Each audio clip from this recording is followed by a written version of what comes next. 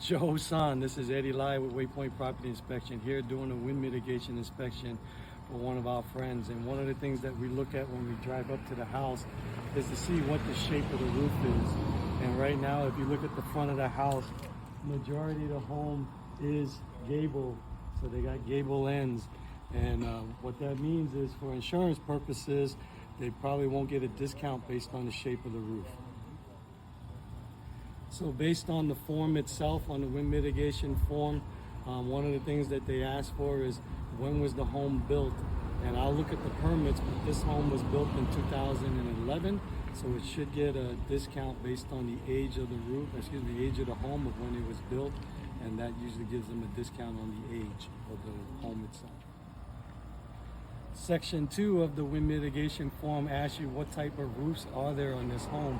And this is pretty unique to our area where you actually do have asphalt dimensional shingles and a metal roof as well on this. So I would have to state that it has a shingle roof and a metal roof built in 2011, and I'll check the permits to confirm. In the section, I believe it's section 7, one of the couple of things they ask for is the opening protection as to what is protecting the home from any windstorm events. And in this case, we have glazed openings, which is the door with glass, and then windows. And of course, windows have glass. And then we have a garage door that's non-glazed. And when I looked at everything, the windows and the door, front door, do not have any impact rated protection, but the garage door does, and that's a non-glazed protection. Now that we pretty much determined the age of the house, the age of the roof, and the protections outside, let's go check out the attic to see what we find up there. Zircon MT6 to check for nails and the nail pattern within the attic trusses.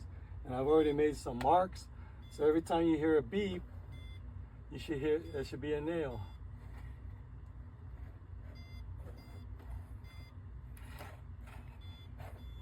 So I've drawn my pattern, and that's pretty much what it is.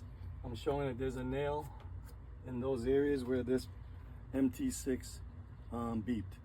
So that's how we find nails in the attic. When we're in the attic, we're also looking at the nails to making sure that they're at least 2 inches long for 8D, because 2 inches of nails showing means that there's at least 2.5 inches, close to 2.5 inches, because of the attic decking itself. So right there is my 8D nail. Then we're also taking photos in regards to the wind mitigation of how thick the decking of the roof structure is. And right here you can see it's 7/16 OSB, which is what we put on our report for the wind mitigation, that it has 7/16 OSB in regards to the roof decking. All right, then the other part of the inspection, they ask for, what's the span of the trusses between trusses, and it's usually about 24 inches, which is what this one is.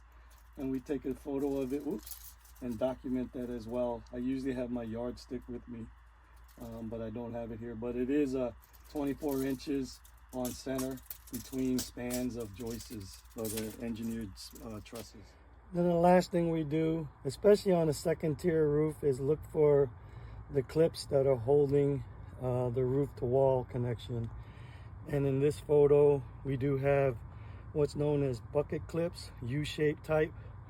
That's the roof to wall connection that's holding the trusses to the outer wall, and they're on both sides. And I'll take photos of that with 3 nails at least on each clip.